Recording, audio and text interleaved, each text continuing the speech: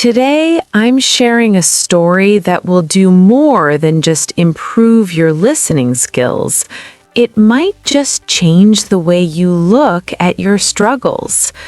We often want success to be easy, but as you're about to find out, the most beautiful things in life carry the heaviest price tags. In our journey to master English, we often look for shortcuts.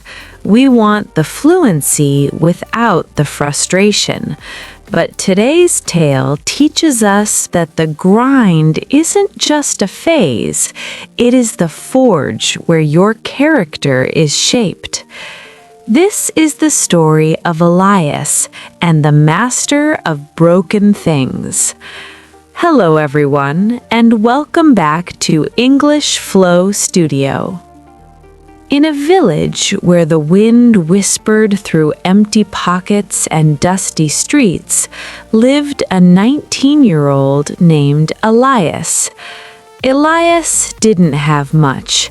His home was a shack, a fragile structure of warped wood and rusted tin, and his meals were often just hope and water.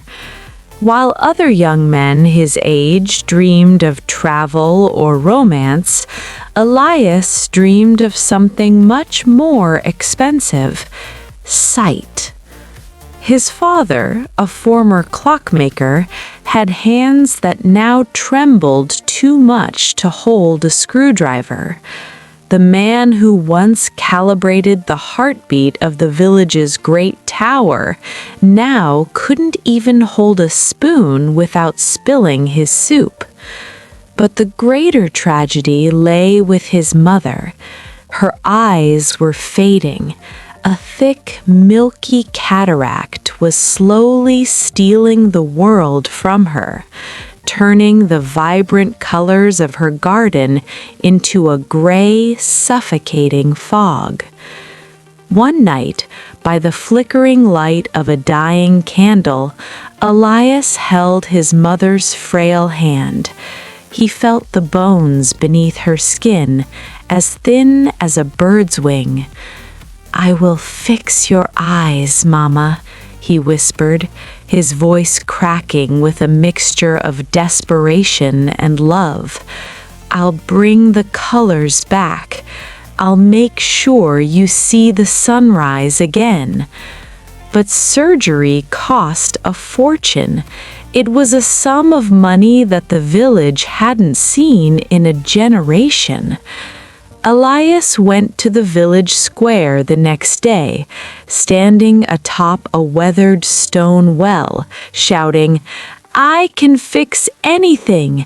Give me your broken lamps, your rusted hinges, your shattered dreams." The villagers paused, their faces etched with the bitterness of their own poverty. People laughed. A merchant shook his head and said, "You're just a boy, Elias.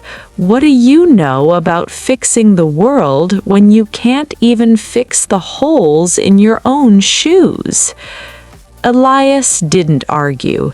He knew to find a master's wage, he had to find a master's teacher. Desperate, Elias walked 3 days to the great city. He walked until his feet were blistered and his throat was parched, fueled only by the image of his mother sitting in darkness. He was looking for Old Man Silas, a legendary jeweler known for his cruelty and his genius. They said Silas could make a diamond weep and a broken watch tell the future. Elias stood before Silas's grand mahogany doors, smelling the scent of expensive polish and old money. When the doors finally creaked open, the air inside was cold. "Teach me," he pleaded, bowing his head. "I have no money, but I have steady hands and a promise to keep." Silas, a man who looked like he was carved out of flint and shadow, looked at the boy's tattered clothes and sneered. His eyes scanned Elias like he was an insect under a microscope. "Knowledge isn't a gift, boy. It's a debt," Silas hissed. "The world is full of beggars who want to be kings, but few who want to be servants. If I teach you, you will work for me for a year without a single penny of pay. You will eat scraps. You will sleep on the stone floor. And if you break even one crystal, you leave with nothing. No mercy, no second chances." Elias felt a cold shiver. A year? His mother didn't have a year. The fog in her eyes was thickening every day. But he looked at his own calloused hands and remembered her fading smile, the way she reached for a cup and missed. "I accept," he said, his voice like iron. Wait, before we see if Elias can survive the old man's brutal training, I want to ask you, have you ever felt like giving up because the price of your dream was too high? Perhaps you've felt that way about your English studies, like the mountain is too steep to climb. Hold that thought. We'll be right back with the rest of the story.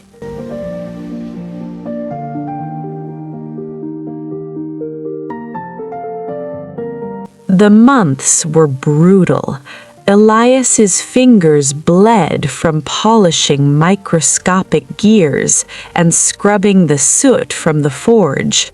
His back ached from sleeping on the unforgiving stone.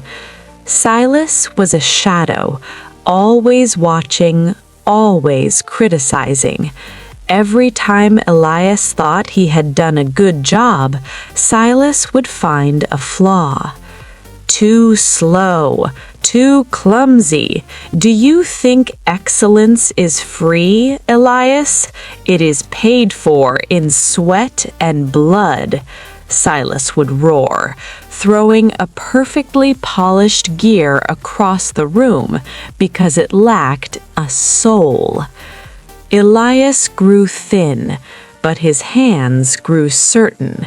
He learned the language of metal, the way gold softens under heat, the way steel resists until it is mastered. One night, the ultimate test arrived. Silas handed Elias a watch. It was a royal chronometer, an ancient masterpiece shattered into 1,000 gold teeth and silver springs. It looked like a handful of metallic sand.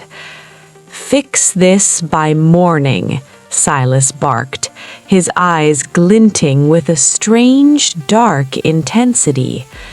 Elias worked until his eyes burned. He used tweezers so fine they were like needles. At 3 a.m., the candle flickered and died. He was in total darkness. The silence of the workshop was heavy.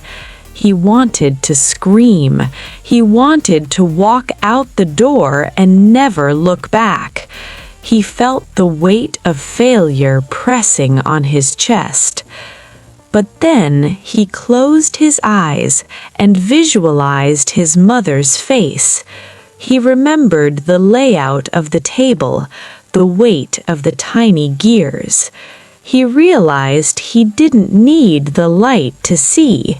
He had practiced so much that he could feel the heartbeat of the machine. His fingers moved by instinct, guided by a year of suffering and repetition. By sunrise, the watch was perfectly ticking. It emitted a rhythmic, musical hum, the sound of 1,000 tiny parts working in harmony. Elias felt a surge of pride he had never known. Silas entered the room, his face unreadable. He picked up the watch, listened to its heartbeat, and then did something unexpected and horrifying. He took a heavy iron hammer from the bench and smashed the watch into a flat, lifeless pancake of metal. "Why?" Elias screamed, tears streaming down his face. "I gave you everything. I gave you a year of my life.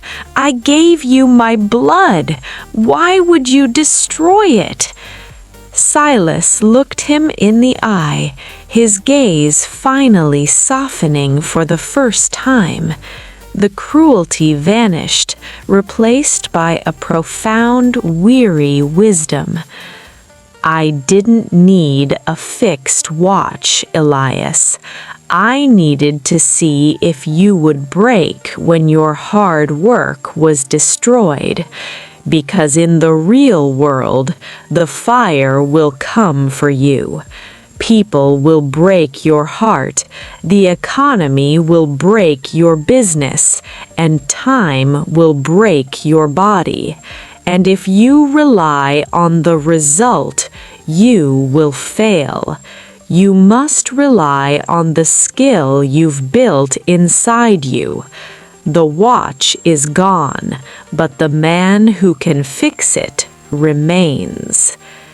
Silas reached into his pocket and handed Elias a heavy velvet pouch. It clinked with the unmistakable sound of gold coins. "This is for your mother's surgery, not as a gift, but as your wages. You've earned every cent. You are no longer a student, Elias. You are a master." Elias returned home not just with money, but with the hands of a master. The surgery was a success.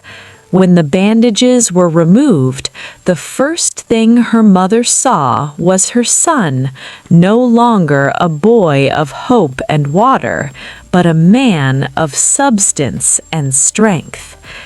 Elias opened a small shop in the village called the Second Chance. He didn't just fix clocks, he fixed the spirit of the town. He taught the young men that their brokenness was just the beginning of their repair. Years later, her mother sat in the front row of his first grand jewelry gallery in the great city, her eyes bright and clear, watching her son. She didn't just see a jeweler, she saw the man who had paid the price of a dream. The lesson of the story: dreams are not free. They are bought with the currency of persistence. If you want something valuable, expect to pay for it in effort. The process is the prize. The skill you gain stays with you even if the result is taken away. In English, even if you forget a word, the muscle you built by practicing stays forever. Pressure creates diamonds. Don't be afraid of the Silases in your life, the difficult bosses, the hard exams, or the confusing grammar rules. They are often the ones who sharpen your soul.